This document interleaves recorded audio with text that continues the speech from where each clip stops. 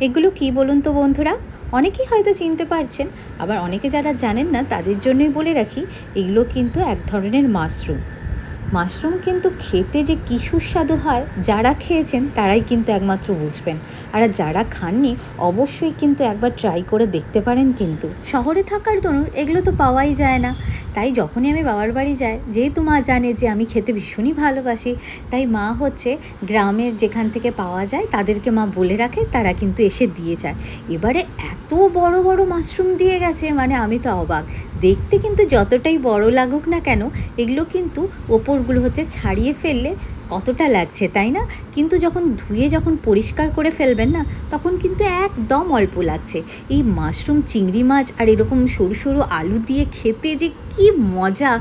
মানে এক থালা ভাত হচ্ছে নিমিষের মধ্যে উড়ে যাবে। কোনো মশলাপাতি তেমন একটা কিছুই লাগে না। কিন্তু এই যে চিংড়ি মাছ পড়ছে না, তাতেই যেন টেস্ট অনেকটাই বেড়ে যায়। ব্যাঙের ছাতা হিসেবেও পরিচিত মাশরুম খেতে চান না কিন্তু অনেকেই, অথচ মাশরুমে কিন্তু প্রচুর পুষ্টি থাকে। মাশরুমে বেশিরভাগ নিরামিষভোজীদের প্রিয় সবজি।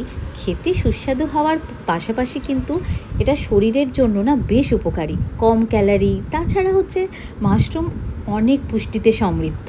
মাশরুম শরীরে রোগ প্রতিরোধ ক্ষমতা বাড়ায়, শিশুদের হাড় এবং দাঁত ভালো রাখতে সাহায্য করে। আর সবথেকে বড় কথা, মাশরুম হচ্ছে ডায়াবেটিস, ব্লাড প্রেশার, কোলেস্টেরল এরকম জাতীয় অনেক ধরনের রোগ না কমাতে কিন্তু অনেক সাহায্য করে। কারা কারা খেয়েছেন অবশ্যই কিন্তু কমেন্টে জানাবেন। আর যারা খাননি, আমি তো বলবো প্লিজ একবার হলেও একটু ট্রাই করে দেখবেন কিন্তু।